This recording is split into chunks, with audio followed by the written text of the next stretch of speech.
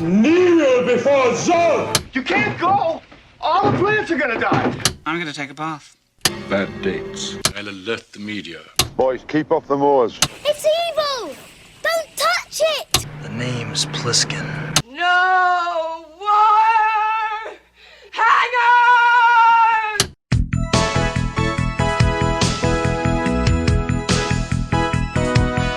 Welcome to Vintage Video, where we're rewatching the 80s so you don't have to. We'll be reviewing every major film release of the 1980s in chronological order, overanalyzing what you've seen and spoiling what you haven't. I'm Patrick O'Reilly. I'm Jesse Bayless. And I'm Richard Wells. And today we're discussing Pinball Summer, aka Pick Up Summer, released March 1st, 1981. It was written by Richard Zellneker, directed by George Mihalka, and released by Distributor Uncertain.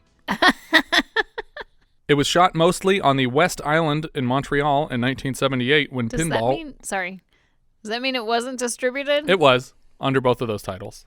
But I couldn't find the name of the distributor anywhere. Okay. Say, if you made me watch another stupid movie that I didn't need to watch. You're welcome. No. The film was shot mostly on the West Island in Montreal in 1978 when pinball was at its peak popularity. Unfortunately for the filmmakers, the weekend The Shining was released in 1980 was also the weekend that Pac-Man hit arcades, and nobody gave a shit about pinball overnight. As a result, the film was retitled Pick Up Summer by American distributors. The wall-to-wall Beach Boy-esque soundtrack was provided by French-Canadian musicians Jay Boivin and Germain Gauthier, and the first cut they were shown was 3 hours long. Oh my God. So they wrote a lot of music. I was wondering why it was constant music in this movie. Yeah, so when the film was cut down, essentially in half, the music is so dense that the songs are all smashed up against each other from beginning to end. Yeah, but there's barely enough time for a song to fade out before the next one starts. It did save me from a lot of unnecessary dialogue, though. That's true. They just mute the characters and let you hear the song playing. And a lot of the dialogue that is spoken is also unnecessary. That is true. We start the film with a van driving along a stretch of road on the coast of a lake. Greg and Steve are arguing muted under the film's theme song, Pinball Summer. On the same road, two girls, Donna and Suzy, are driving a blue convertible. Finally, Bert rolls along on his motorcycle down the same street. I actually really appreciated this introduction because they show like it's a sitcom, the actor's name on top of the actor for all five of these characters. It made my notes very simple. It's your kind of intro. Do that more, filmmakers. Look like an 80s sitcom intro, please. Then we cut to what looks like a radio DJ performing inside of a fake car that is mounted on the wall at Pete's Arcade. This is Marvelous Mark in the Dark. But I don't feel like this is he actually broadcasting? I think he is because they can hear him on their car radio as they're driving around town. Like he's talking about. I thought it was just pre-lapped audio, like on the cut, and like he was just screwing around. Like I didn't know if he was. Well, it's the same DJ. voice in the car when the guy says like, "It's the last day of school. Throw those books out your windows," and you see the guys throwing their books out the windows. Okay. But it looks like someone just drove a classic car through the wall of this arcade. It reminded me of Hans Moleman crashed into Planet Hype on the dock. Oh, yeah. Help! Isn't that clever? It looks like a Cadillac drove right into the building. Help me! When they threw their books out the window, then there's a shot of like a motorcycle coming the other direction. I really wanted the motorcycle guy to stop and like break stereotype and be like, "Oh my God, you guys, you threw these books out. We have to save these. Like, these are great for next year. I'll use these." Yeah. The main title comes up, Pick Up Summer, which was the title when the film was re-released in 1983, but the theme song is still Pinball Summer. Yeah. A group of cheerleaders are cheering on behalf of Pete's Arcade just outside until a flasher in a trench coat appears. He yanks open the jacket to show off that he's wearing ladies' undergarments, and all the cheerleaders run into the arcade as Pete comes out the door to chase off the flasher. It never occurred to me that flashers would wear garters as a practical matter because to hold up the fake pants. He has fake pants under his trench coat that are held up by the garters. That's true. They're very important to his costume. In Steve and Greg's van, the DJ from Pete's Arcade can be heard talking about the last day of school. They toss all their textbooks out the window of the van, and Bert behind them on the motorcycle thinks it's hilarious and runs them all over. I feel like there's quite a few moments in this movie where they're all on the same page. Yeah. It's weird because he ran over their books? Yeah, that page. But specifically, like, it just feels like these people should be at each other's throats the whole time. And there's a few moments here in the beginning where they're like, that was actually pretty funny. Good job, guys.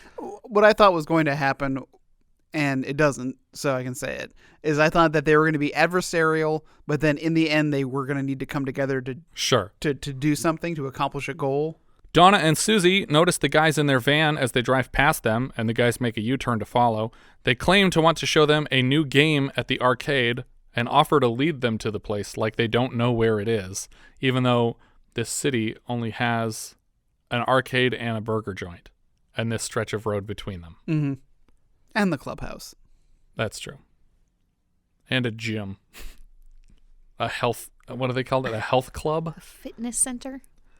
When the girls agree to follow them, one of the guys moons them out the back window of the van, and they think it's hilarious. Bert and his biker friends pull up outside the arcade and park their bikes to head inside. A couple hoity-toity ladies come out of a beauty parlor next door, and they complain about all the bikes blocking the sidewalk. As they step to walk around them, the van and convertible drive by and splash a puddle of tar into their faces, like hot tar. Yeah, there's just a big, huge puddle of black oil goo. And it goes right in their faces perfectly. But it's clearly the van and the convertible that Greg and Steve and Donna and Suzy were in, driving by, right, splashing them. And then they're back out on that stretch of road out by the lake. And even though they said they were going to lead the girls here to the arcade, they say, hey, meet us at OJ's restaurant. So now they're switching locations on us. Well, we just splashed like the DA's wife, so we better... Whoever it is. Yeah, he's just the counselor. Yeah. What does that mean? I was calling him mayor in my notes the whole way, and then at the end he gets introduced as councilman. I was like, councilman? What? I've been calling him mayor this whole time. The girls continue driving down the road on the wrong side of the dividing line into oncoming traffic, and a car is forced to drive off the road and crash through a trash can and other obstacles in the park on the side of the road. And they continue to drive alongside the van after that. And they blame the guys for getting them into trouble. We see one of the hoity-toity ladies with tar still all over her face walking into what I thought was the mayor's office. But he also happens to be her husband, and this is Councilman Frank. She demands he do something about those damn kids at the arcade, even though the people who splashed her didn't even go into the arcade. They were just driving past the arcade. We see Bert the biker at one of the pinball machines drop a quarter on a string through the slot, and then he pulls it back out of the machine once his coin registers. I've never seen this done outside of a cartoon. Yeah. So I was actually pretty impressed with that it works. That it was a thing. But he also does it so slowly and deliberately while staring directly at Pete, the owner of the arcade, that it's like he wants to get caught and thrown out. But Bert pretends that Pete is just trying to molest him, and Pete throws him out of the place. When the mayor, not the mayor, gets through to Pete, he tells him to talk to the kids who might have caused trouble, and Pete's just like, yeah, no, we don't have any kids that cause trouble in here. And he's like, okay, great. Sounds wonderful. Well, you go ahead and talk to whoever, and thanks so much. And that's the end of it. Like, that's enough for Charlene to be satisfied with the call. Yeah, and enough of the plot line of, oh no, this lady's going to get the arcade shut down. Yeah. And stop these kids from having fun. Oh, was that a plot line? It was for a moment. It would be in any normal 80s movie. Yeah, this movie tries to be like 6 or 7 different types of movies. Yeah. And it doesn't work when you're trying to do them all at once. Yeah. We cut to OJ's drive-in restaurant where the guys and girls have grabbed a booth now. Bert and the gang pull up outside OJ's just as Steve is ordering a bunch of nonsense from Sally the waitress. Hi, guys. Hi, Sal. What would you like? We'll have some pickled chicken puckers, a steaming heap of lizard gizzards, and some frogmire shakes. Yeah. Bert walks in and gives Sally a big kiss because it turns out this is his girlfriend. Greg challenges Donna to a game of pinball, but he says lowest score pays for lunch, which pinball isn't like golf. Like, lowest score. But lowest score pays for lunch makes Like, sense. You aren't the winner. You are the loser. Yep. When they start the machine up, we see that it's labeled with a character named Arthur, and it begins talking to them. I thought, again, erroneously, that this was going to be about a talking pinball machine. I was like, oh God, please let this be about that would have been the love-matic grandpa from of the pinballs. Oh my God. I would have much preferred to watch that movie. Right? It does seem weirdly sentient. I thought that at first it was going to be a prank, like someone's on the other side of the wall with a microphone. It never comes back. It does. It does? Yeah, a couple times. I mean, I remember the same machine comes back, but like the fact that it talks isn't relevant. No, it's never relevant. No, that's true. Ready to challenge this wild and crazy pinball machine? You say something? Don't just stand there, vacuum brain. Pull the plunger. The pin game did. Yeah, it looks like Whimpy's come up with another special. Which I've never heard somebody call a pinball machine a pin game, but then I also wasn't around when they were popular. So. Yeah. But I just think it's so funny that they're amazed that this thing is like so on it, like in terms of its insults to them. You're like, can they see me? Do they know? But they know it's a brand new game. And I should point out, they're not at the arcade right now. Correct. They're at the restaurant across town, but Pete rents out pinball machines to this entire city. Okay. Because I don't think outside of the end, they ever play any games in the arcade. Yeah, it's just for the competition. That's it. I was constantly confused about where these pinball machines were. Bert walks over and leans on the game while Greg is playing and starts hitting on Donna. She's not into him, so they have a volley of half-assed insults for a minute. The more Greg insults Bert, the angrier he gets, and Bert keeps slapping the pinball machine, but it reacts as though it knows it's getting hit. Ouch! Hey, don't tickle me there. Greg warns him against continuing to hit the machine until a fight breaks out. Almost immediately, cops are there to break it up, and we cut back to Pete's arcade, where Whimpy is nailing up a sign announcing an upcoming pinball competition. As Whimpy climbs down the ladder, all the steps break apart like they're made out of balsa, and he collapses to the ground. Well, that's what you get for building your own ladder. Because Right. this clearly wasn't like a purchased ladder. This was clearly like he had extra wood and built it himself before he climbed up it. Yeah. Pete invites Greg and Steve to check out the trophy for the contest. Pete lets them know that the contest starts in 3 weeks. They'll have playoffs in the morning and finals in the afternoon. So this movie takes place over 3 weeks? Yes. Jesus. It could have been one day. It seriously feels like a day. At the same time as they're having the pinball contest, they'll have a pinball queen contest, and the winner of the pinball contest gets the trophy and a date with the pinball queen. And the winner gets a trophy and a date with the pinball queen. We cut elsewhere in the parking lot where Rod and his girlfriend Pam are sitting in a very expensive-looking car, possibly an Excalibur, possibly a look-alike of an Excalibur. Rod tells Pam that his parents just bought a second Excalibur.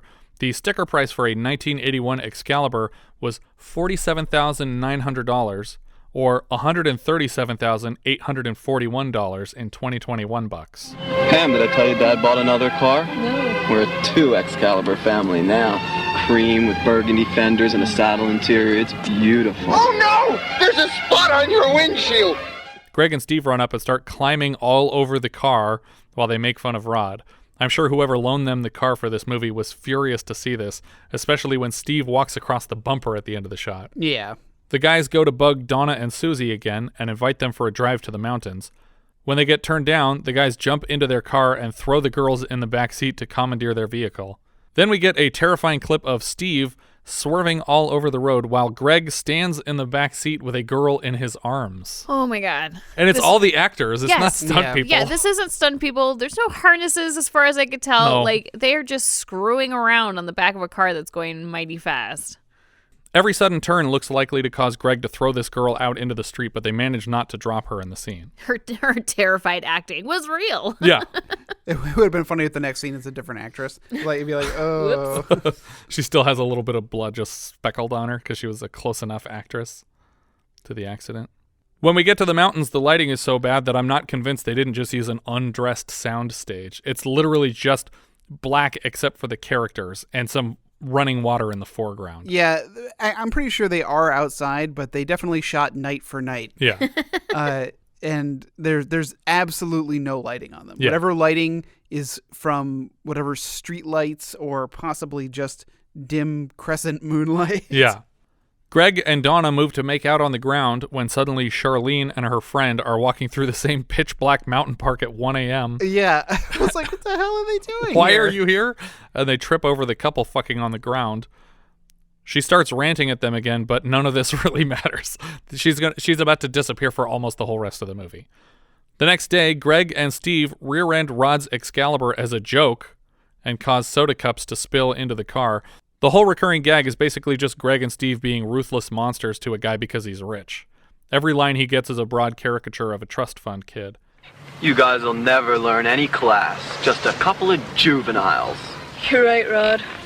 Also, it's really ridiculous that he had put because it's like not a drive-in, but the kind of diner where they bring out your food on a tray that you would hook up onto the side of your window. Yeah, and he put it on the windshield. Yeah, he put it on the windshield facing into the car. If you were so interested in protecting this car, you would not allow food anywhere near it. But that's victim blaming, Richard. That's true. I'm sorry. But he, and more importantly his girlfriend, don't really deserve the shit that our heroes are giving him, especially since he literally never instigates any of this. Not that he deserves an Excalibur either, but still, it's like, you guys are being weirdly harsh. The guys spend a little time simultaneously hitting on and annoying Bert's waitress girlfriend, Sally, and then we cut to the arcade, where Bert distracts Pete with his quarter on a string again, while his boys steal the shitty, unimportant trophy. Sally brings food out to Greg and Steve, and then takes an order for Whimpy. Greg and Steve spray condiments all over the car that costs more than college does now. Bert swings by with the trophy affixed to his bike, and for some reason Greg and Steve are personally offended and plan to steal it back once they've picked up Suzy. We cut to a pack of girls in white shirts washing a car. Is there more than 2 girls here? No. Okay. It just seems like the way they're shooting around the car, maybe they're breaking the 180-degree rule. I think they are. Because it looks like there's like 6 girls washing this car, and then 4 of them just disappeared. No, it's just 2 of them. And I'm fairly certain that nobody wears a bra in this entire movie. Right. Aside from the people who aren't swimsuits. wearing shirts. Yeah, the swimsuits are, it's just, I mean, yeah, nobody has to wear a bra. I'm just saying when all of your characters aren't wearing bras and you have a pointless car washing scene where hoses are sprayed at them, like, I think we could see right through your motives here. It's as Dashiell Parr would say, if no one's wearing a bra, then everybody's tits are out. What? Remember in The Incredibles? Yeah, but it was Syndrome who said that. Well, doesn't Dash say it also when she says everyone's special, which is another way of saying no one is. Yeah. So if everyone's braless, then no one is. I don't think that's how that works. No, that doesn't work either. Also, they're sisters. And they're sisters? They are sisters. They are sisters. I missed that fact. and it gets real weird. I mean, I know that they were in the same house later, but I thought they were having like a sleepover. No, they're grounded. You don't have a sleepover when you're both grounded. You don't get grounded with your friend. Yeah. That makes sense. Greg and Steve show up and they tell the girls that they just had a run-in with Bert, but they use uncharacteristically harsh language for just this one moment. We just had the pleasure of seeing fuckface. It sounds better when you say it. Uncharacteristically harsh language for just this one moment. We just had the pleasure of seeing fuckface. He stole a trophy from the arcade. I like that comment too. Yeah. Who gives a shit? It's not your trophy. But also, you didn't win it yet. Then they don't justify it for the entire rest of the movie. How much do you think that trophy costs? $7? You've wasted that much gas driving around town today. Also, they don't want to get it back to give it back to Pete. Right. They just want it. What's the point of keeping it if you haven't earned it? But he's like, so we got to get it back. Why? The girls bet them that they can't steal the trophy back and meet them at the OJ restaurant in an hour. Make it half an hour. It's like, okay, fine, I don't give a fuck. It's a stupid trophy. The guys pull up to a shack on the edge of town. Inside, we can hear the biker gang playing poker and betting with car parts. Greg and Steve sneak around the outside of the building toward the trophy, still tied to Bert's bike outside. The winning hands sound more and more outlandish. 2 kings. 3 kings. 4 kings. 4 kings. Hey, that's too many kings. A fight spills out of the bar, and the guys hide from the tumbling bikers. It happens once more, but eventually they get the trophy, But before they leave, they honk their car horn to invite Bert and all the boys out to chase them away. Yeah. Like, they already got away with the heist, and then they were like, hey, come and catch me. But just before they honk their horn, we hear a gambler inside proudly shouting about his impressive hand. 8 fucking aces! The bikers chase the van, and so do some cops, until they crash their cruiser into a fire hydrant, and it starts filling the car with water. Yeah, they crash over the hydrant, no water comes out, and then while they're in the car, just a little bit like a hose had been put in the car. It's like, no, there's it should be rocketing up. Yeah, there's like hundreds of pounds of pressure in a fire hydrant. At OJ's restaurant, Whimpy has the Talking Arthur arcade machine open for repairs when a girl flashes him to distract him and give the boys time to stash the trophy inside the machine. So he's not giving it back to Pete. Nope. They're putting it in a pinball machine in a different retail location. And one that clearly is being worked on. That they don't have the key to this machine. Yeah, and also he's going to... Oh. Okay, buddy. Don't worry about it. Spiders. Oh yeah, that's the one that hadn't moved for weeks. He is alive. He is alive.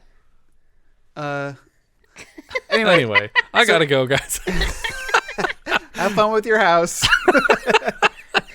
Richard leaves and lights it on fire and walks away. The kids are in there, Richard. It's taken care of. And clearly Whimpy wasn't done working on it. Right. So to think that he would not, I have to finish working on this pinball machine and immediately find the trophy. Why do they have to hide it at all? Leave it in their van. Yeah, why did you bring it in here? Oh, I know why. Because of the script. We cut to the guys and girls at the fairground for a montage. They go to the fair for like 6 minutes. Anyway, apparently there was something wrong with the Arthur arcade game, and it's been sent back to the arcade for repairs. After hours, Whimpy is put in charge of fixing the Arthur machine in the back room of the arcade, and he finds the trophy inside. Oh, sorry, I wanted to bring up a thing that happens at the amusement park. Something happened at the amusement park? Because it's really weird. Games were played. Prizes were won. Yeah, well, there's that. Sure. But it cuts to them like sitting together as couples, but Steve just seems really despondent. Like he's just sitting there, and like she's like trying to cuddle up to him, and he's like shaking his head no, and like looking really sad. I was like, what happened? Why are you so upset? It's part of the hour and a half that got cut out of this movie. Yeah, it's like he seems really genuinely upset about something, and it just moves away from it. Yeah, you can't hear them for this scene because the music is blaring over it, but he mouths, "I still can't believe Lefty got hit by that train." No, that doesn't happen. After hours, Whimpy is put in charge of fixing the Arthur pinball machine in the back room of the arcade, and he finds the trophy inside. And then he hides it again. Yeah, but guess where he hides it? Yeah, very clever. Over the door frame of Pete's office. That's where he hides it from Pete. Yeah. He calls Bert to announce that he found the pinball trophy. I don't know how he knew that Bert wanted it. And I like that, but I like that everyone has each other's numbers. Yeah. Like as Bert is not a friend to any of these people, but they know each other's numbers. They all have each other's phone numbers from when they had to do group projects in elementary school. And you had to memorize all your friends' numbers. They used to be best friends, and now they all hate each other. They've grown apart. I just made a whole mythology for this.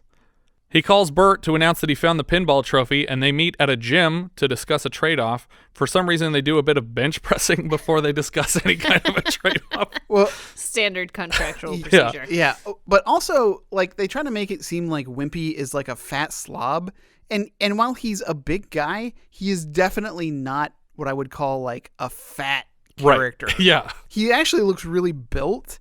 And when this whole thing, when he's trying to bench press, like, and he can't do it, it's like, dude, your arms are like fucking tree trunks. Yeah. You could totally lift this. Yeah. I don't get why they didn't get a fat guy to play this part. Do you not know any fat people? Come on, Canada. Yeah. There's no fat people in Canada. God damn it. And the streets are paved with maple syrup. Whimpy wants to join Bert's street gang, but Bert says that they'll have to get him laid first because there's no virgins allowed. How about Sally? Will you get your mind off my broad? Suddenly, we cut to Sally hitchhiking, and Greg and Steve pick her up. She sits in Greg's lap instead of in the enormous back seat of the van, and she tells them, hey, by the way, Whimpy found that trophy, and he's making some kind of a deal with Bert. They drop her off at OJ's because she's hungry.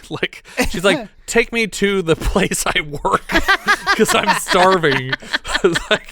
What is wrong with you? I mean, maybe she gets a employee discount. This whole city is the biggest food desert that there is in all of Canada, and there's only one place to eat in 100 square miles. They drop her off there, and then they go to bother Suzy and Donna at a pool on the lake. We'll later discover that this is their home. Right. They find the girls sunbathing topless and then spray them with a hose and then steal their tops when they get up reacting to the water. I can't be bothered to follow what the characters are saying in this scene. Oh, it's actually really important because one of them is talking about not wanting to be with the guy anymore. And I was like, well, he fucking clinched it. I wouldn't want to be with this asshole anymore either. No, he's a keeper. These guys are both great. They're not gross at all. We cut to the motel at night where Bert is setting Whimpy up with his date. We get a new song with lyrics for every scene, by the way, but they're all equally awful. This one is called Voyeur's Motel. Bert gives Whimpy a condom to use, claiming that he's already used it once, and then Whimpy tries to blow it into a balloon animal. The boys shove him into a motel room, and surprisingly, there's actually a cute girl in there, so I guess good on them for subverting my expectations. I was sure this was going to be like one of their friends in a costume or something. Yeah. Well, it seems like an older woman, and I think it's supposed to just be a town prostitute or something like that. Well, I was confused about whether or not she was a prostitute, though, because it seemed like that was my gut reaction at first, but then, like, something else happens? Yeah. I think that's just another confused customer. Oh, okay, that makes more sense. The bikers all watch through the window while she starts getting undressed. Nobody's gonna bite you, except maybe me a little. Oh, man. One of the bikers at the window gets so horny about it that he starts humping his friends. They're getting really pissed off. Yeah. Meanwhile, Bert has left. Yeah, because the whole point of this was a distraction to get Whimpy out of the way, I guess. Greg and Steve break into the back room of Pete's arcade to steal back the trophy because somehow they know that it's there.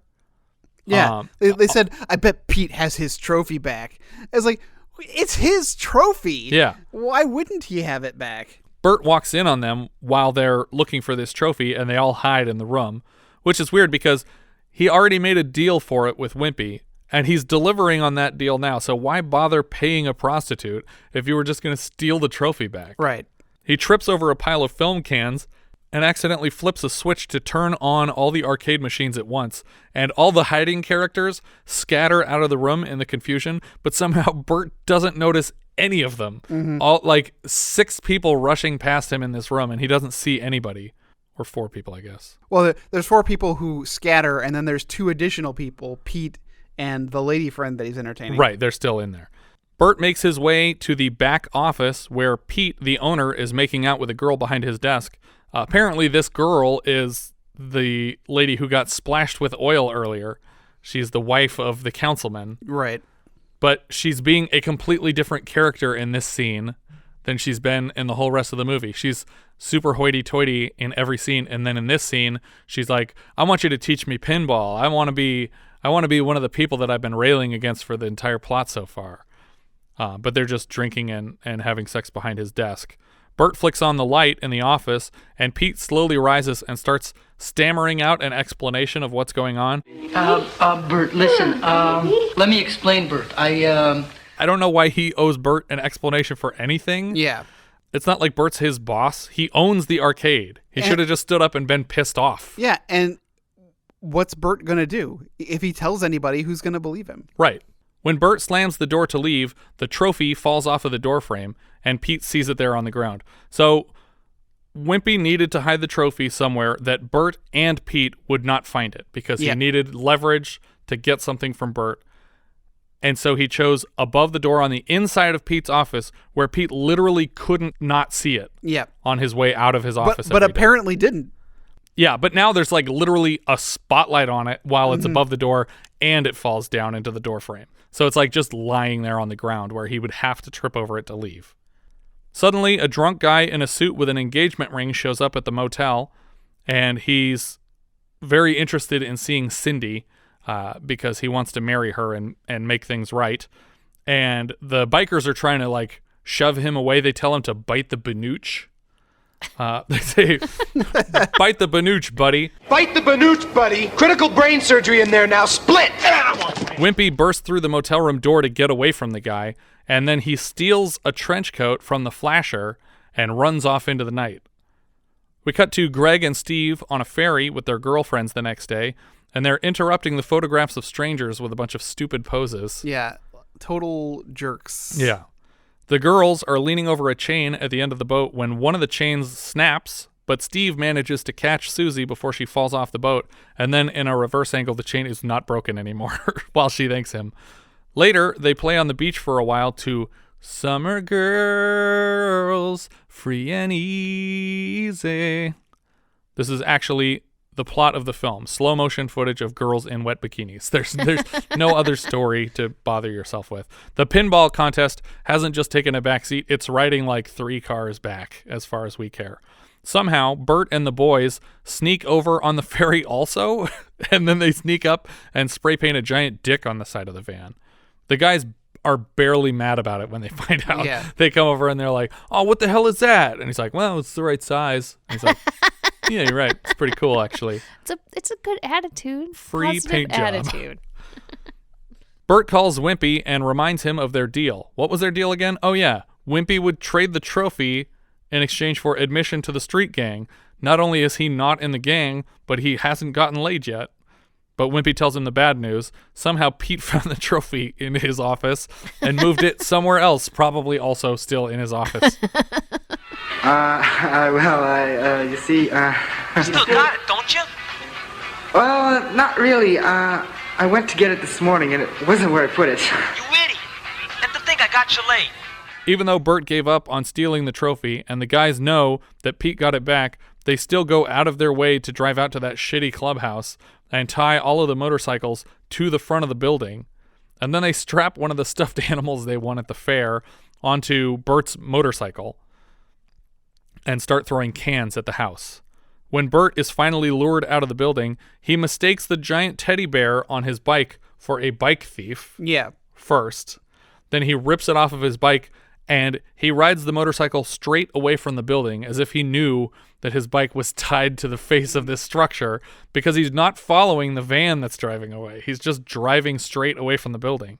But, of course, when the slack runs out, he rips the whole front off of the building and then he collapses in a field. The protagonists, who we are supposed to sympathize with, head up to some sort of make-out bluff area. Again, zero lighting, so it's just pitch black. It's basically just a parking lot posing as a cliff for people to be making out on. Because the writers were too lazy to come up with a third rich person joke, Rod is announcing that they are now a 3 Excalibur family.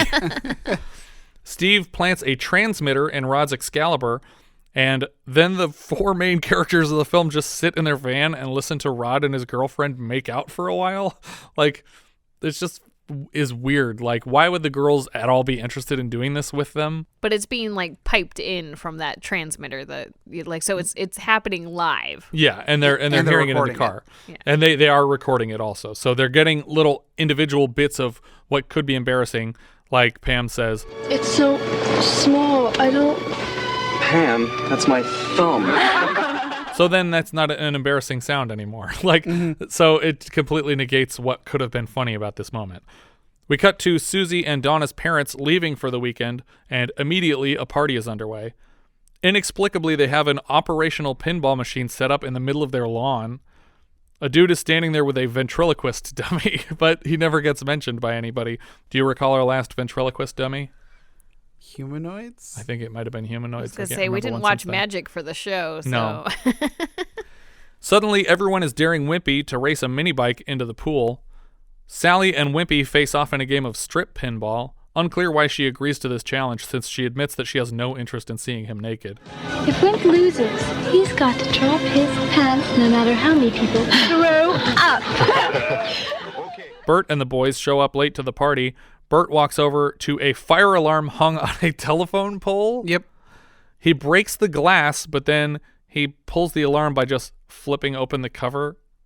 Was breaking the glass necessary? He just flips open the cover after and.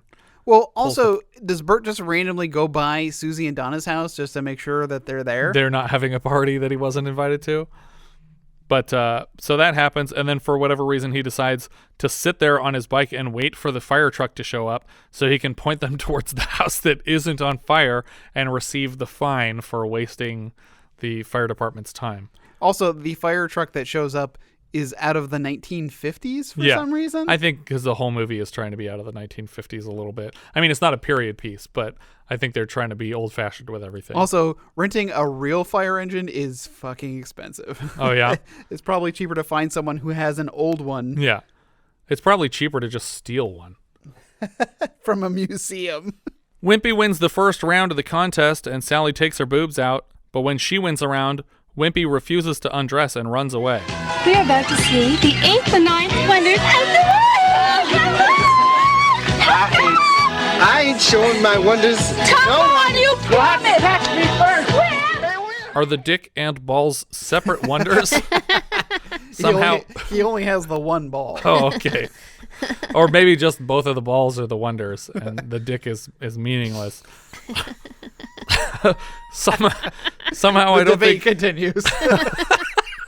Somehow I don't think Whimpy's balls are on par with the Hanging Gardens of Babylon, let alone the Great Pyramid of Giza.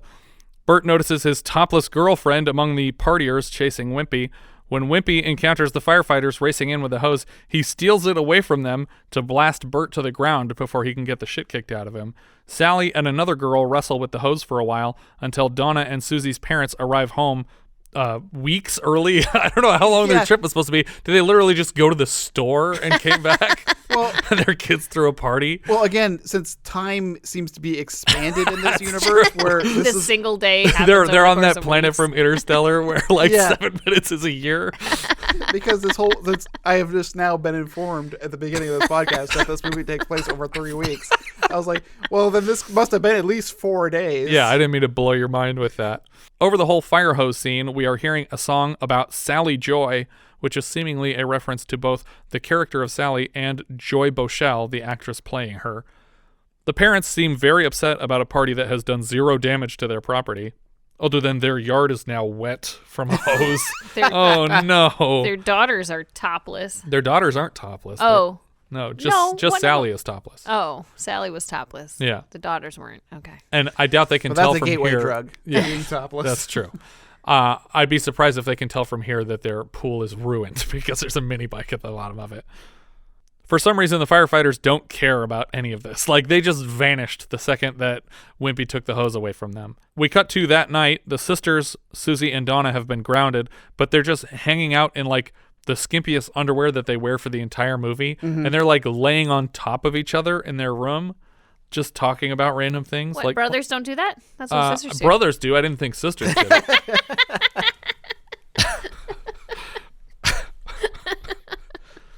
The boys call to invite the girls to a movie, but they can't come because they're grounded.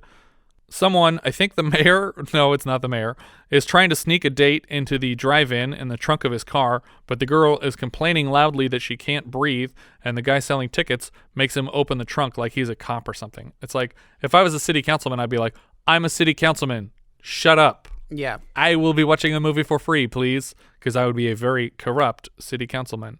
Inside, we see Rod and his lady are here, and they're watching the 1968 film Krakatoa East of Java. Greg and Steve pull up next to Rod and start giving him shit immediately. They basically slut-shame his girlfriend and then pick on him for defending her.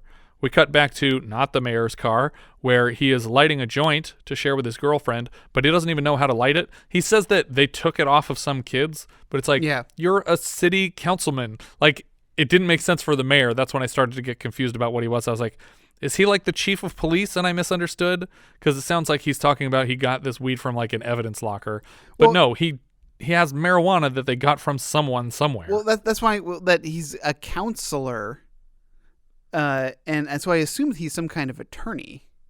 I don't know. Or like a high school counselor? I thought it was city council.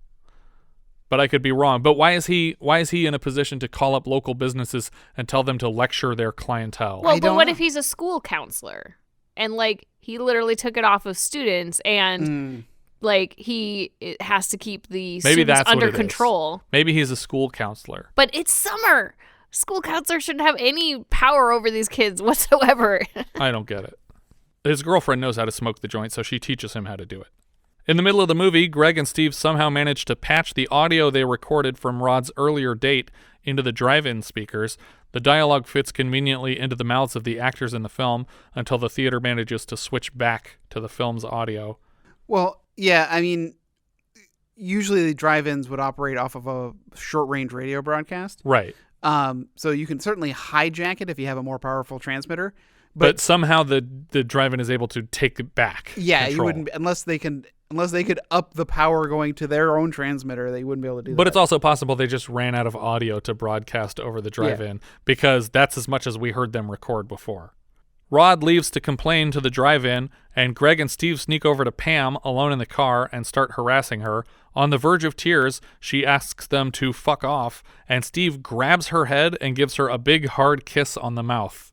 It's blatant sexual assault, and worse than anyone else will do in the entire movie. Donna and Suzy sneak out of their room at night and head to a nightclub called Oz. A dude in a full-on Saturday Night Fever costume starts dancing with them.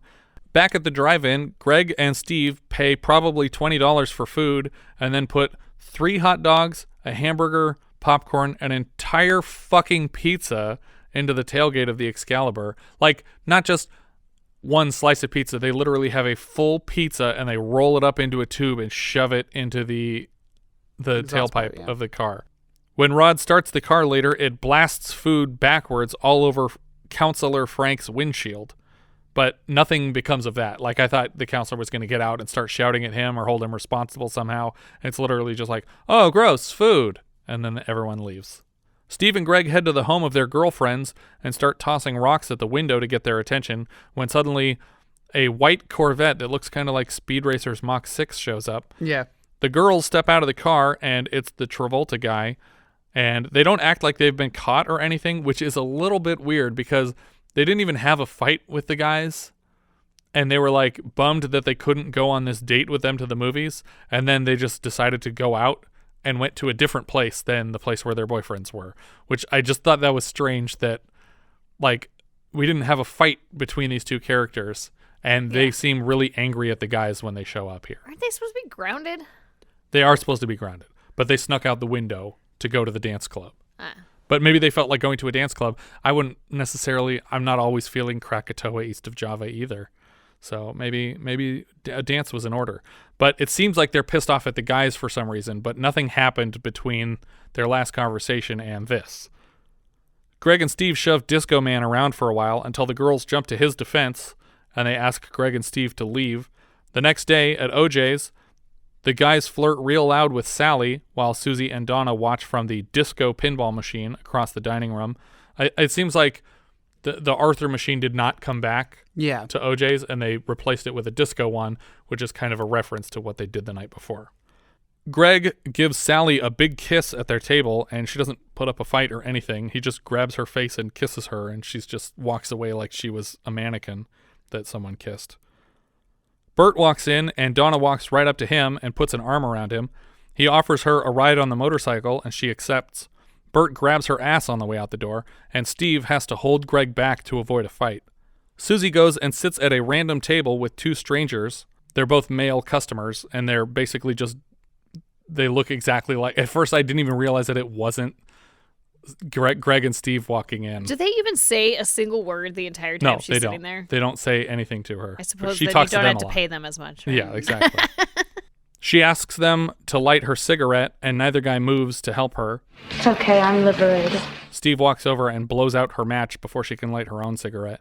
Donna seems to legitimately enjoy the bike ride with Bert, and he honestly, in the first 3 seconds of them on this date going for a ride on the motorcycle, he seems like a much better boyfriend than Greg and Steve.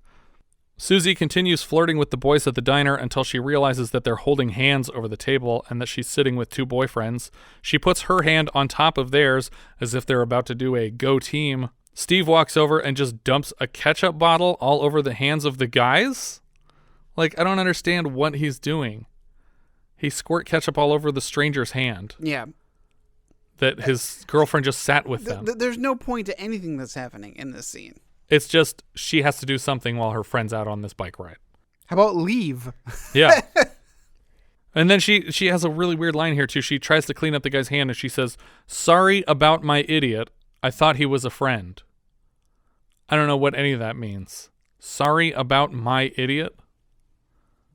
What does that mean? Like, did she screw up the line? Because I thought the joke was going to be, sorry about my friend, he's an idiot. Sorry about the idiot, he's my friend, or something like that. Oh, I see what you're saying about screwing up the line then. I don't know. It seemed like there was supposed to be a joke to the line, but I don't know why the guy is her idiot if they're broken up at this point. When Bert pulls back up to OJ's with Donna, Greg passes them in the parking lot, and he starts up Bert's bike and races off with it. Bert follows on a friend's bike, and Steve and the girls follow in the van. I was pretty hopeful that this would end in a fatal wreck for Greg, but that's not what happens. They're driving the bike extremely slow and speeding the footage up, but it's painfully obvious because the actor has to keep putting his feet on the ground so the bike won't fall over. He drives it off a pier, and we get a brief moment where Donna is convinced that he has died. Bert is furious about the loss of his bike. You drowned my bike! It doesn't even know how to swim! And just like that, Greg has earned back the love of the girl for doing something stupid and destroying someone's property in the process. When he climbs out of the water, the first hand he puts on the dock has a fish in it, and I really wanted him to have a fish in the other hand too. But a half a joke is better than no joke, I guess. Bert reminds Greg that he killed his motorcycle for no reason, and Greg pays him with a fish. Bert decides that... You know, give a man a fish, and he'll eat for a day. That's true. So Bert will eat this day. Bert decides he's going to win the contest as revenge. Since he doesn't believe that he can win fair, he goes to talk to Whimpy about rigging the machine in exchange for getting him into the street gang after next week's vote. We cut to the official contest, and a group of bikers are entering talking about biker stuff. They keep saying Banooch, by the way. Right in the Banooch. Right in the Banooch. Kiss my Banooch. I tried Googling it, but I don't know how to spell Banooch, and I'm pretty sure this movie was trying to create that word. Bite the Banooch, pal. Or maybe it was like something local to the production. Anybody from Montreal in 1978, can you tell me if Banooch was a big thing? Before the contest kicks off, or I guess long after the contest kicked off, because we're about to do the finals, Pete introduces Counselor Frank Zellneker, who I guess is a school counselor? I don't know what he is. Everybody boos him loudly, and somebody tells him to fuck off. He's like, all right, thanks so much. First, they hold the Pinball Queen contest with a clap-o-meter on stage, registering the audience applause. The girls, by coincidence, are presented in order of score. Yeah. So it just keeps going up. When Sally is on stage, we see Whimpy cheering from the audience, and he seems to at least be a half member of the gang because he's wearing one of those German spiked helmets. Mm-hmm. I looked it up. It's called a Pickelhaube. After Sally, Suzy beats her, and then Donna wins the contest. Steve shakes Greg's hand to congratulate him for having the hotter girlfriend. Apparently, we are already into the finals, and Greg and Bert are invited to the stage. Did Bert do well enough in the playoffs to make it to the finals? Apparently. Is he the second best pinballer in town? Well, he's gotten a lot of games in because he doesn't have to pay for them. I guess that's true, he's yeah. a coin trick. Well, maybe we haven't seen it up until this point, but all of them were rigged. Yeah, he's been cheating the entire time. Yeah. What a weird coincidence. Everybody keeps tilting like an asshole. Would Pete even let Bert enter this contest after he stole the trophy multiple times? Like, he wasn't even allowed in the arcade, let alone in the contest. Well, there was actually no proof that he himself stole it. Right, but multiple times he said, I told you not to come back here. That's true. In the arcade. Greg and Bert do a little tough talk before they start the final round, and this moment I feel like encapsulates the whole movie really well. Wish you both the best of luck and may the best man win. Only the best man will win. A date with your chick? Go for it. I can't wait. We'll just see. You're up. This whole movie is just a bunch of shitty trash talking and mistimed underwritten background jokes. But this guy just shouts, "Who farted?" in the middle of the dialogue of these two characters for their big moment together. A date with your chick? Who farted? I can't wait. Bert goes first, and the filmmakers must have been shitting themselves when they realized that literally nothing interesting has ever happened on a pinball machine. Do you know what an insert of a flipper hitting a metal ball looks like? Then you have this scene memorized. And they try to do cradle the ball, cradle it, cradle the balls. Slayer. This- Get that Brian Posehn reference. And we are an hour and 15 minutes into an hour and a half movie. Yeah. And this is the first real pinball playing that we've done. Yeah. Everything else was just people arguing near a pinball machine. Yeah.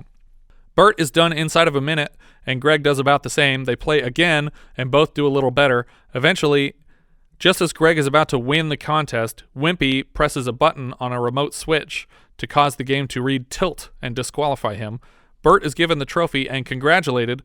By the way, did you guys notice what game they're playing? No. This last pinball machine, which one they're on? No. It's a Pinball Summer pinball machine. Ah. And it has all the characters from the movie illustrated on it. That's including scenes from the movie with the police. That's awesome. What the fuck? They got it for free. It was like the sample one. Yeah. When they printed all of those when Yeah, this it was was supposed a hit to be movie. a promotional thing that they used to show people. Now I want to go to was it Are You Afraid of the Dark, where the kid's in the mall, but it's like a giant pinball machine? Oh, yeah. That's a good one. Bert is given the trophy and congratulated, but when Whimpy approaches him for confirmation he's in the gang... Wonderful job. We did it, Bert! We did it! You and me, we won! Thank you, sir. Now I could join the club. We could do everything together. Get lost, Wimp. I don't know what you're talking about. Thank you, sir. Bert won't talk to him. So he admits to everyone that they cheated in the contest. The contest which, reminder, the grand prize for Greg is a date with his own girlfriend. So there are literally no stakes. It is weird that Bert came so close to winning the contest on his own, though, and it might have been better to have the movie just end with him winning the contest legitimately, since Donna seemed to actually like him on their drive together. Bert runs out of the arcade with the trophy, and instantly a convertible and pickup are following him down the road, but weirdly not the van that the boys have been driving for the entire movie. The pickup truck, driven by Pete with Whimpy in the passenger seat, has Sally and an entire pinball machine in the bed for some reason. They got in their truck and they put Arthur in the back of it, and they told Sally to sit on the Arthur pinball machine while they drive down the road. Now, is this the talking titular machine. pickup Summer? I guess Pickup? this is if we're talking about trucks, then yes, this is the only pickup in the movie. Well, I didn't know if pickup referred to a truck or if there was some other meaning to the word pickup. I assume that it's like getting ladies, like pickups. Yeah, I didn't know. I wasn't sure. I'm not certain either. But they're never picking up ladies. They already have ladies. Well, and that's that was my argument when you read the IMDb synopsis for this movie, was about two guys chasing these two girls throughout summer or something like that. And I was like, they're their girlfriends already. I'm not even sure that they are. Like, it kind of feels like even at the end of the movie that they're just two girls that live in the same town, and they're very persistent about pursuing these two girls. But it didn't seem like they had to try very hard. They seemed like they were with them the entire time. Yeah. Well, the one time that they tried to leave, they were like, nope, and then put them in the back seat of the car and just drove off in their car with them. Like they were hostages. Cops are now following the line of cars as well. Sally, sitting on top of the pinball machine, rolls out of the bed of the truck and falls into the street. I was sure she was just going to get killed, run over by the police here. And possibly the arcade machine has started rolling the opposite way down the street after it fell out of the bed. So not the way that the truck was driving, but it's rolling the other way down the street full speed. I don't know how that happened momentum-wise, but the police don't notice until the last second, and they swerve to avoid it and drive off into a swamp on the side of the road. But the game, as she's riding it, is the Arthur game, and it's still talking to her despite not being plugged in. Hey, don't tickle me there. Who said that? See, that's a plot point. This movie was about a talking pinball machine. I'm certain of it. Yeah. And the pinball machine, all of it out? Yeah, this pinball machine was supposed to be some kind of character in this movie. Maybe in the 3-hour version of it, the pinball machine was like, take me with you guys. Tell Sally to sit on me in the bed of the truck. Hey, don't tickle me there. Who said that? Bert drives past his magically repaired clubhouse and turns to flip off the people chasing him, but when he looks back forward, he almost crashes head-on into a truck that swerves to avoid him and demolishes the clubhouse completely. Bert willingly hands them the trophy, and we get a spinning trophy wipe to a montage of punchlines from the film as the credits roll. And that's the end of our film. Oy. This movie was real dumb. Yeah. Bert's the good guy. Yeah. And he wanted a trophy for no reason. Yep. A trophy that he almost legitimately won. Yes. In the first place. Our director here was George Mihalka. He followed this up immediately with My Bloody Valentine, which was actually released a month earlier in the United States.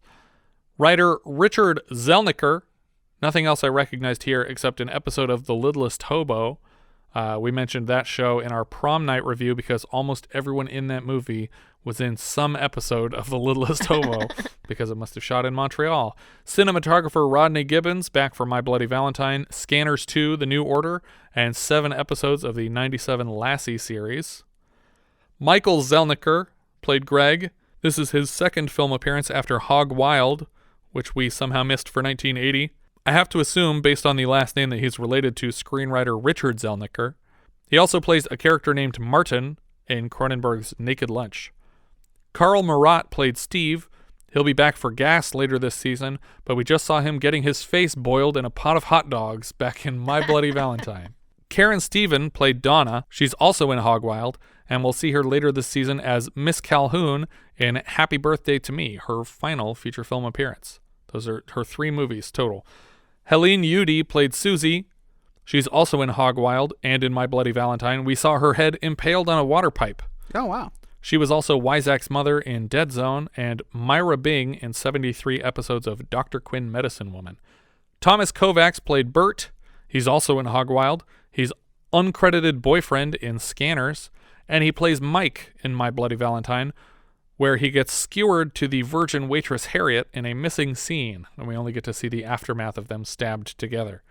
Joey McNamara played Whimpy. He's only in one other movie, where he played a bank robber in a French film with the American title, Hot Dog Cops. Perfect. Joy Boushel played Sally. We saw her last year as a girl named Pet in Terror Train, where her costume was just pants hiked up over her boobs. She'll show up in 1982's Quest for Fire. She's also Tawny in The Fly. That's the girl that Goldblum picks up at a bar and then tries to test his teleporter on. And Melissa in Look Who's Talking, the girl who Mikey's dad ends up with instead of Kirstie Alley. J. Robert Mays played Pete. He's also in Hot Dog Cops with Whimpy. These are the only 2 films for both actors. Matthew Stevens played Rod. This is his only film. Sue Ronne played Pam. This is her only film. Bob King played Biker Number 1. This is his only film. Rob Stein played Biker Number 2. He's also in My Bloody Valentine as the guy who finds Suzy stabbed on a water pipe. And then the third biker is Rob Ferguson. He's only in this film. I only bring them up because all 3 of the bikers are named Robert, which is interesting. Roland Nincheri played Counselor Frank Jelnick. He was Mr. Crenshaw in Hog Wild. We've seen him previously as the bus driver in Terror Train and Large Man in Mall for the Scanners. I like that he's the bus driver in Terror Train. Yeah. There's so many, it's all just Canadian movies across the board. Lynn Jackson played Mrs. Jelnick. She's Mrs. Click in Police Academy 3, but not much else I recognized. Margaret Gadboy played Mrs. Jelnick's friend. I assume that's the other lady who got splashed at the beginning. Right. And who went for the midnight walk. She played Woman in Mall in Scanners, so they must have just been there on the same day. Eve Robin played Tracy, the prostitute. She's also in Hot Dog Cops. Dick Grant played Tracy's drunk. That's the guy who's trying to propose to the prostitute. He's also in Hot Dog Cops. He's also a pilot in Virus, a.k.a. Day of Resurrection, which will be getting a belated minisode this year. And Steve Michaels played the father of the sister characters. He was the brakeman in Terror Train. He's also Scanners Security 1 driver, which I think might be the guy who crashes into the wall before the car explodes. Oh, okay. He also played a maitre d' in Oh Heavenly Dog last year. Those are all the credits I had for this one. This is a big thumbs up for me just because... No, it's not. It's bad. It's really bad. It was difficult to watch. Yeah, I was already furious about how mean Greg and Steve were being to Rod for so much of the movie, and that after what they put them through at the drive-in and then kissing his girlfriend against her will, and then in the same scene, they start jamming hot dogs into the tailpipe of the car. And I was like, oh my God, really? Like in the same scene? We're not even going to like wait a day to do the next terrible thing to this guy? Well, it might have been a day. We don't know. That's true. Yeah. This is 3 weeks. They were at one of those the 4-day marathon things where we just watch Krakatoa over and over again. But yeah, it's really bad. It's mean-spirited. And it's obviously problematic. Yeah, like I said, it tries to be too many different types of movies. It's like it opens with, we got to stop those kids down at the arcade. It's like, okay, it's going to be about shutting down the arcade. Yeah. No, in fact, we're rarely in the arcade. Yeah. And they don't care about the arcade. Yeah. They only care about the trophy. Yeah. So now it's like, okay, Bert stole the trophy. We're going to have to get that trophy back. But they don't want to get it back to give it back to Pete because they're legitimately upset that Pete has it back. Yeah. Like they wanted to get it to do what Bert did, to keep it for themselves. Yeah. So, like, what's the point of keeping an unearned trophy? It's like going to Goodwill and buying somebody a used trophy. Like, this is dumb. You could go to the trophy store and buy the exact same trophy if that's all you wanted. But yeah, I don't. They're saying I think they've decided that this isn't a prize for winning a contest. Now it's a prize for whoever committed robbery most recently. Yeah, and we spend as much time with Bert as we do with Greg and Steve, because Bert has all these scenes like with Whimpy, like doing all these other little side things, and he has like. What's the worst thing that Bert does in this movie? The worst thing that Bert does, I guess, is try to steal a pinball game by having a quarter on a string, and then steal. So the worst thing he does in this movie is stealing the trophy at the end.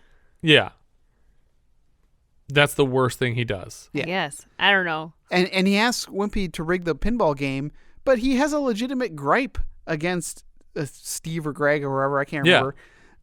He destroyed his motorcycle and was making out with his girlfriend at this place. And probably almost killed him when that rope was attached, because that sudden stop on that motorcycle would have thrown him. Yeah, but he's not especially mean to anybody. No. He repeatedly takes the trophy, but he's not the asshole he's not even a terrible guy to Whimpy. Yeah. Like, he's trying to help Whimpy, like, make some progress in his life. Even if it's kind of a gross way. By engaging a sex worker. Yes, that's and fine. The She's getting money. Yeah, he's helping. That's a weird trickle-down theory, though. You don't want to... Oh, God. Let's not talk about trickling with prostitutes. That's why I thought this whole time that Bert was going to come around, that the closing down of the arcade was going to be something, and they go, look, Bert's got guys. We need to get Bert's help to accomplish a goal to save the arcade. Wouldn't that be an interesting sex comedy movie where there's just the two raunchy prankster leads, and by the end of the movie you realize that everyone in town fucking hates them, and then the loner on the motorcycle the whole time wins everybody's hearts, and it's like the movie's just about that guy coming out on top at the end of the day? Yeah, well, that's kind of how the Frank Darabont The Blob movie works out. That's true. That's funny. I like that movie. But yeah, thumbs down. Thumbs down. Thumb down. Way down. Let's see where this is going. Letterboxd. I haven't even looked at my list yet. So I have this one going into 17th place. Oof. It is below Harry's War, because at least that one had some explosions. And it's above Home Sweet Home. Just in terms of production value, I guess it's above Home Sweet Home. Yeah, because I would say Harry's War had slightly more production value. Yeah. And Home Sweet Home barely had like a discernible story or production value, and this one is pretty much on that level, but ever so slightly better. Yeah. So I also have it at 17th. It's just trash. I don't care about this movie at all. I don't get why these characters are doing what they're doing and why these girls are supposed to be into these guys. I don't want you guys to think that I liked this movie. It's in 4th place. No, I'm just kidding. It's 16th place. I'm putting it above Harry's War because Harry's War didn't have any boobs in it. I guess I like explosions more than boobs, and you like boobs more than explosions. That's fair. I would say that's a fair assessment. Okay. But I thought that the character of Harry is a far more dangerous misunderstanding of what the good guy should be than at least, the Pinball Summer guys. I think at least it's an interesting character because you're like, what the fuck is wrong with this guy? As opposed to these guys where you're just like, these guys are fuckers. Yeah, Greg and Steve would for sure have like an extremely popular YouTube account. Like they would have a YouTube channel where they just do pranks on poor Montreal. Obnoxious. They just like blow up people's expensive cars and shit, and they think it's hilarious. They would for sure have a YouTube channel.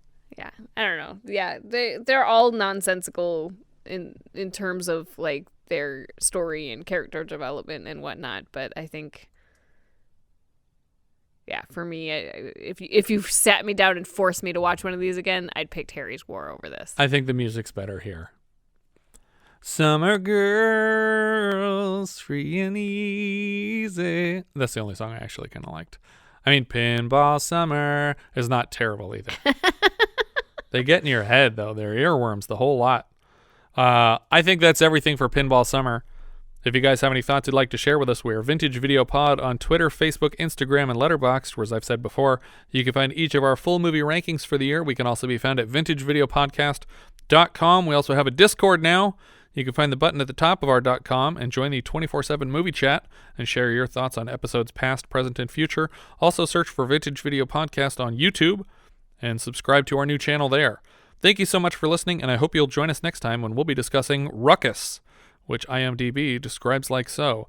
A Vietnam veteran passing through a small town is harassed by local bullies, but he fights back using his wartime skills and triggers a full-scale police manhunt. Why does that sound so familiar? Another movie that starts with R, perhaps? No. I'll tell you when I think of it. Anyway, thank you so much for listening. We leave you now with a trailer for Ruckus.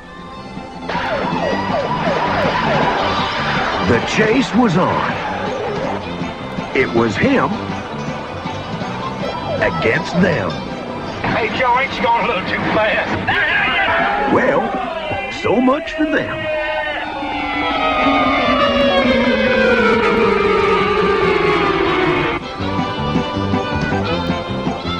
Sometimes he'd go flying at them.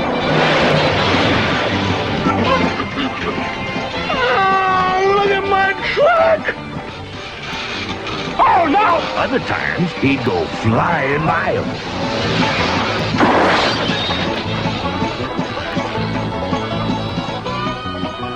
One day, they thought they had him. Look out, 1 to all stations. He's coming out, and I'm on him like the shadow. This is cease out. The sheriff had all the men, but he had all the smarts. Shoot his doors!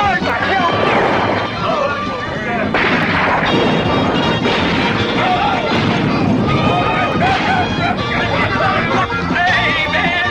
You got him, huh? What was all that, dog?